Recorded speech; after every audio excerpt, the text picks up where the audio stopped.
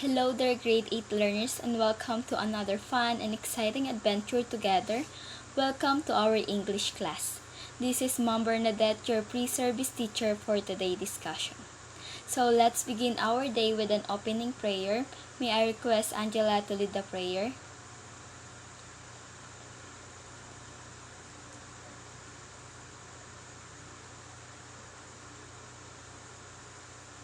So, how are you this morning? Okay, that's good to hear. Now, please be reminded of my 3 rules inside the classroom. First, listen to my discussion and to your classmate who are answering my question as a sign of respect. And second, raise your right hand silently if you want to ask or answer a question. Lastly, answer my question in complete sentence. So, is this clear, class? Before we proceed, arrange your seat properly and pick up the pieces of paper on the floor. So, is there any assignment to be submitted today? Okay.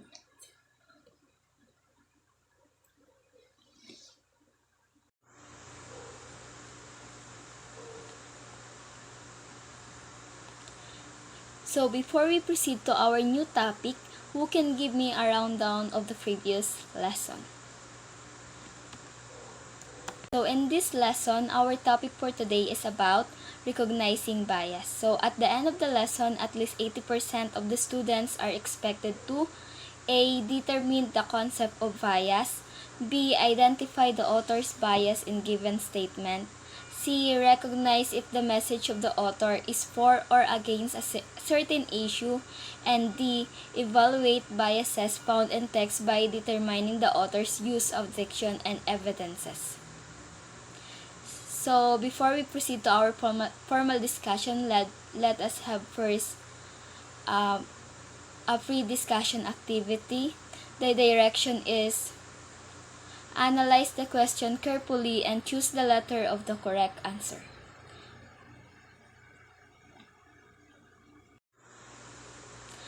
For the number 1, this refers to an author's expression of his or her own opinion on a particular issue without examining and presenting enough evidences. Letter A, bias. Letter B, judgment. Letter C, objective. And letter D, subjective.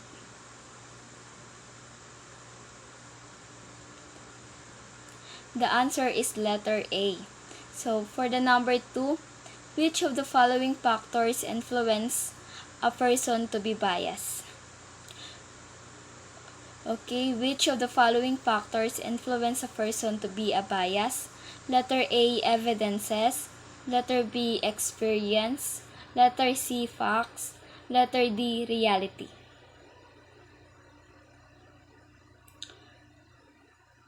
Okay, the answer is letter B, experience. For the number 3, below are the true about bias except, again, below are the true about bias except letter A, presenting both sides of the issue. Letter B, telling only a part of the issue at hand. Letter C, putting across an unfair or one-sided opinion. And letter D, being subjective as opposed to being objective. Okay, the answer is letter A, presenting both sides of the issue.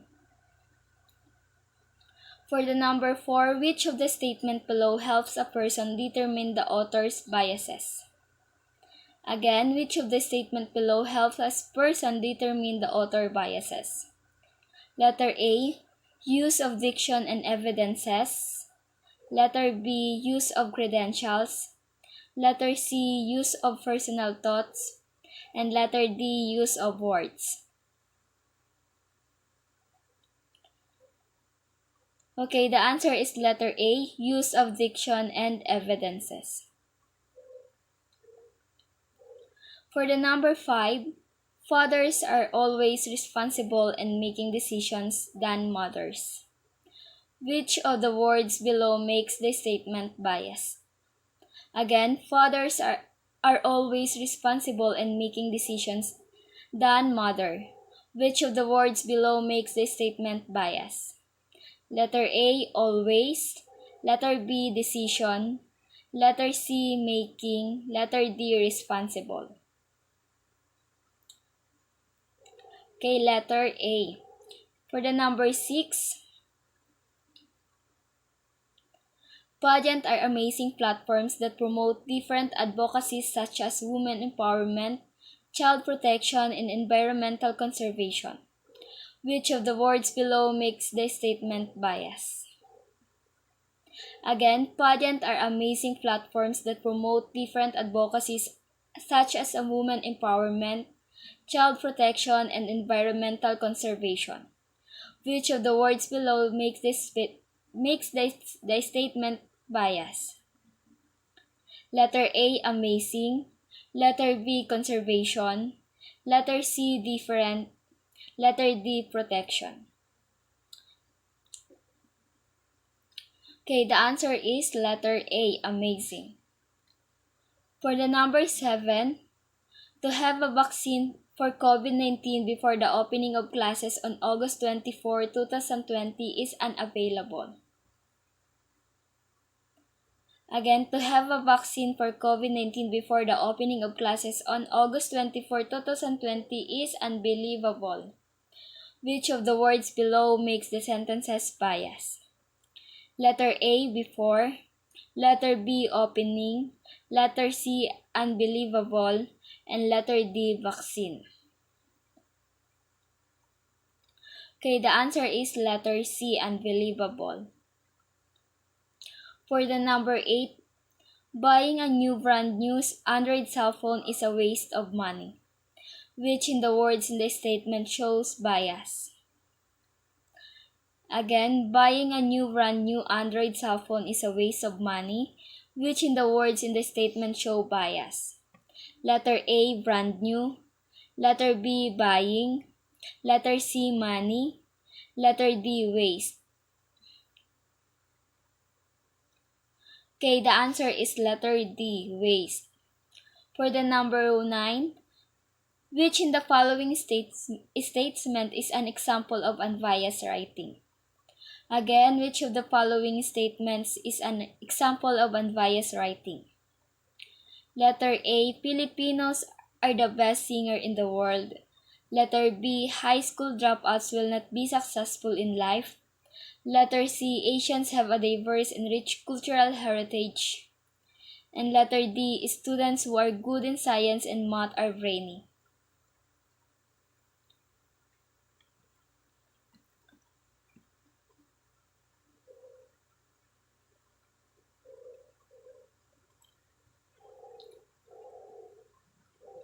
Okay, the answer is letter C. Asians have a diverse and rich cultural heritage.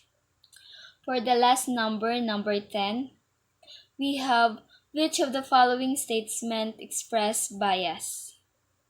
Which of the following statements express bias? Letter A, the earth rotates around its own axis.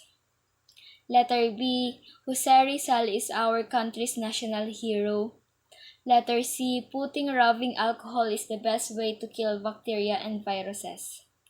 Letter D, COVID-19 is an infection disease caused by a new strain of coronavirus. The answer is letter C, putting rubbing alcohol is the best way to kill bacteria and viruses. So what is bias? Bias refers to an author's expression of his or her opinion on a particular issue without examining and presenting enough evidences.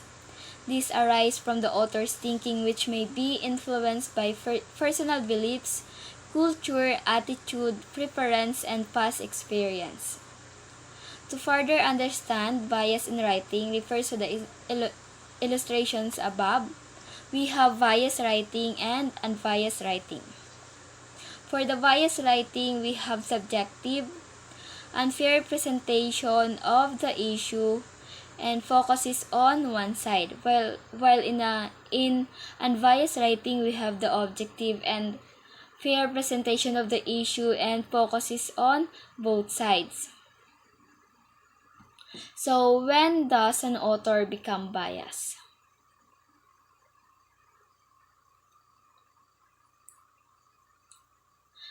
Okay, an author become biased when he or she persuades the reader to believe on his or her own stand of issue by giving inaccurate information or false impression, even with or without the intention of misleading the readers. So how do you determine the author's biases?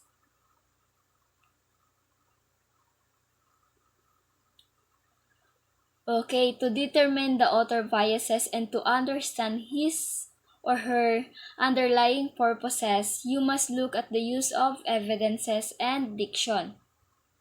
So, evidences can be a form of facts and information, testimonies and direct observation, scientific and legal findings, and anecdotes and philosophical evidences.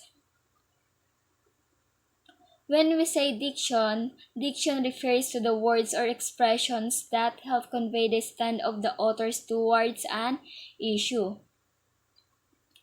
These words and indications may indicate a positive or negative connotation of or meaning.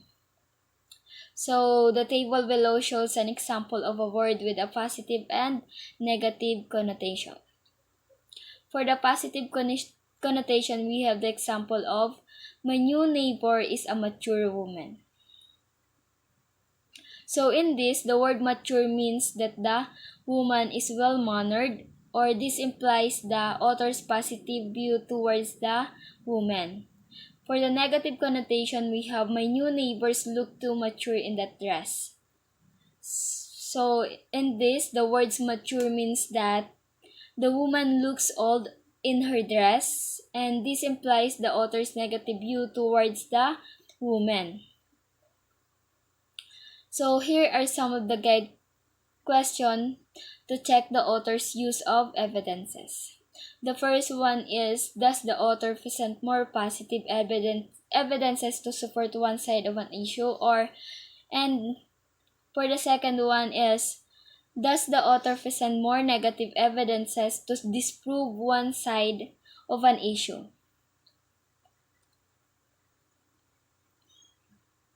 So here are some guide questions to check the author's diction. What I mentioned a while ago is the guide question to check the author use of evidences, and now to check the author's diction.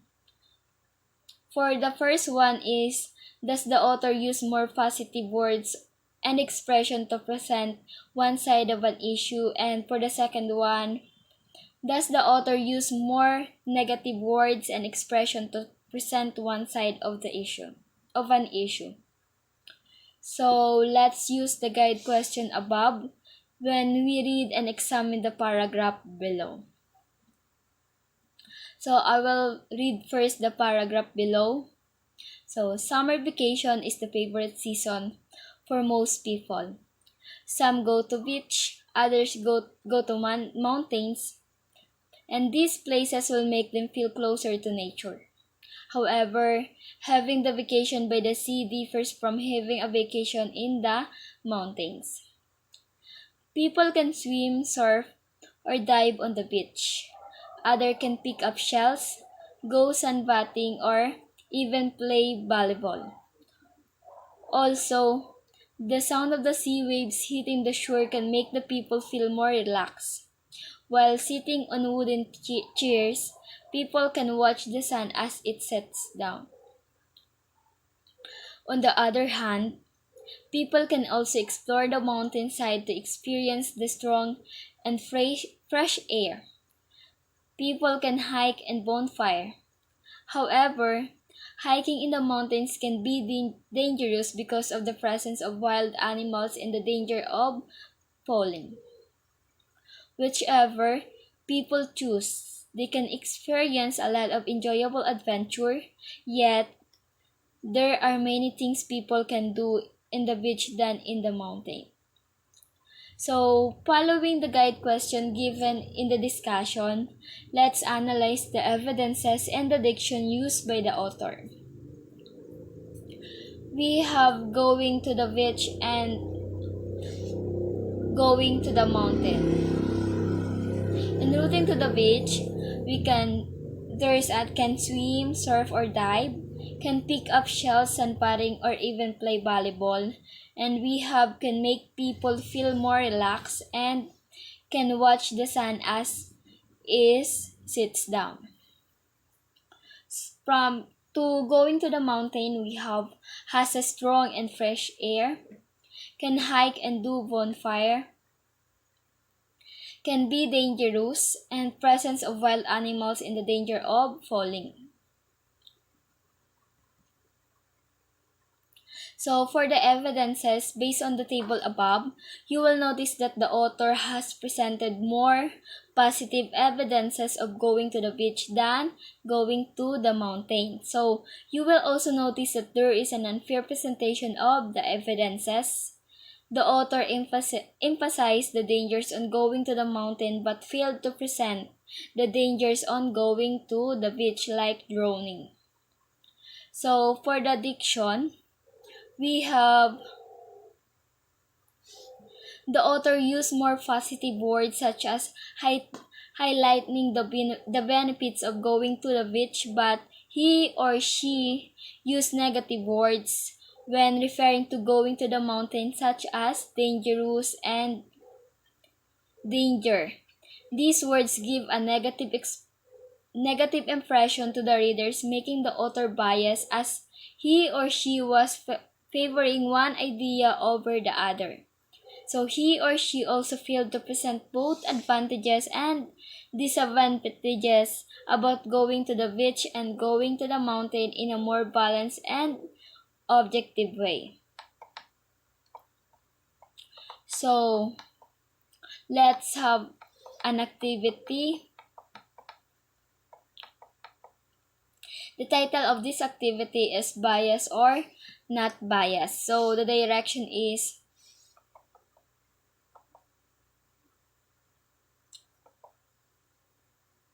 identify whether the sentences is biased or not biased. So for the number 1,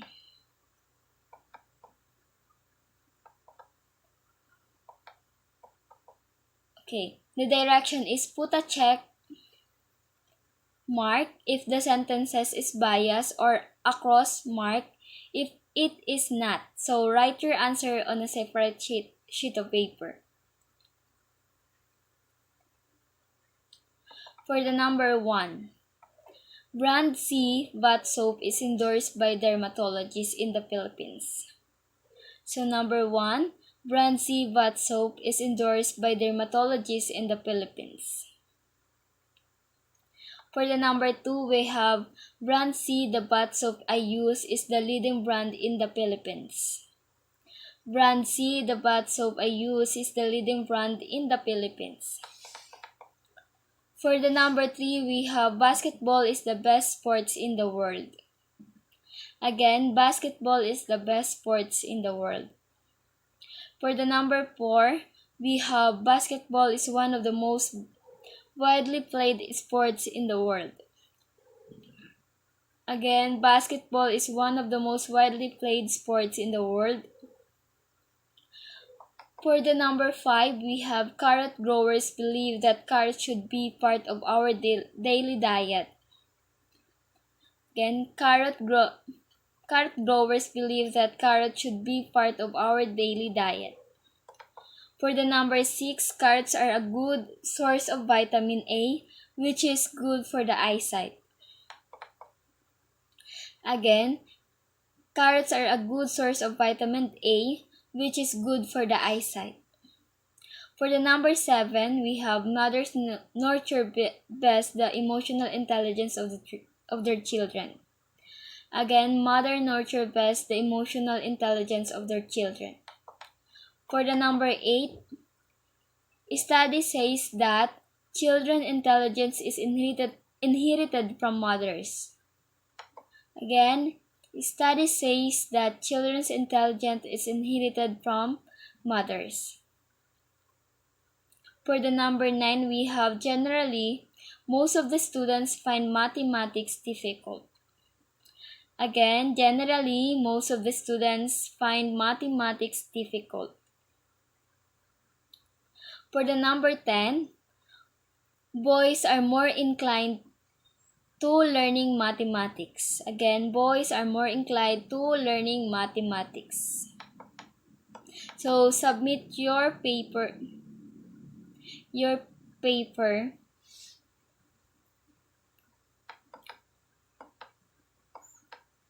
So, after you have examined and evaluated biases, let's check what you learned from the discussion and the given task by doing the activity below. So, the direction is respond to the 3 prompts based on the learning you gain in this lesson and write your answer on a separate sheet of paper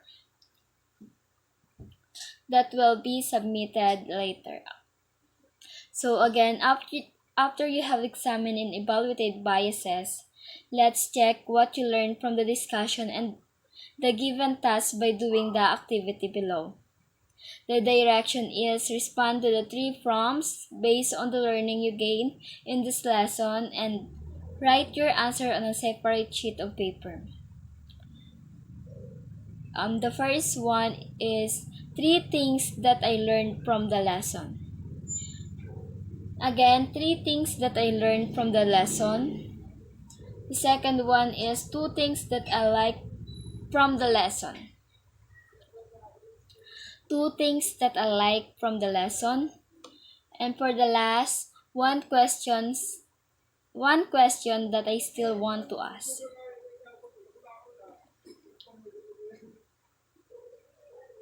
For the another activity entitled Pick Me, the direction is pick out the words expressions that make the sentence bias.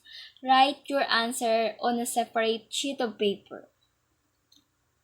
So again, the direction is pick out the words of expression that make the sentence bias and write your answer on a separate sheet of paper.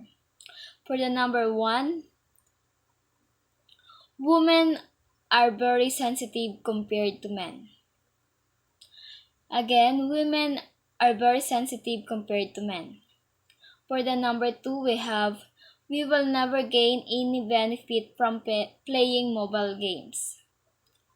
We will never gain any benefits from playing mobile games.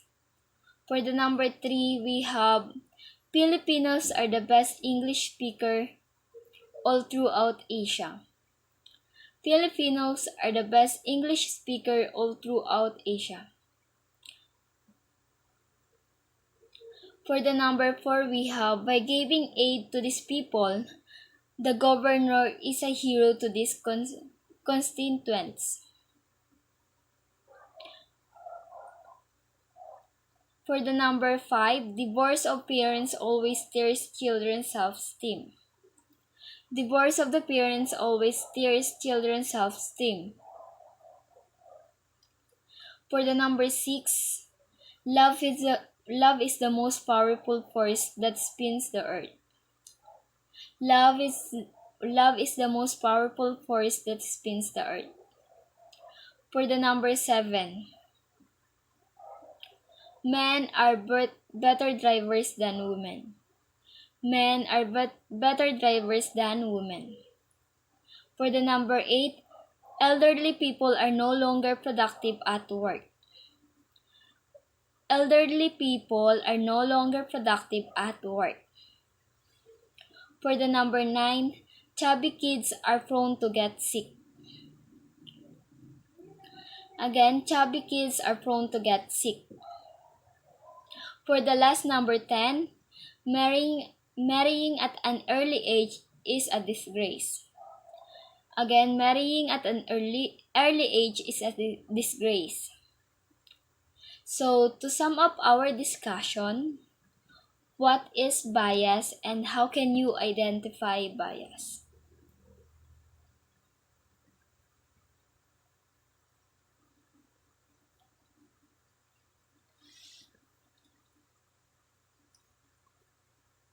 So for your evaluation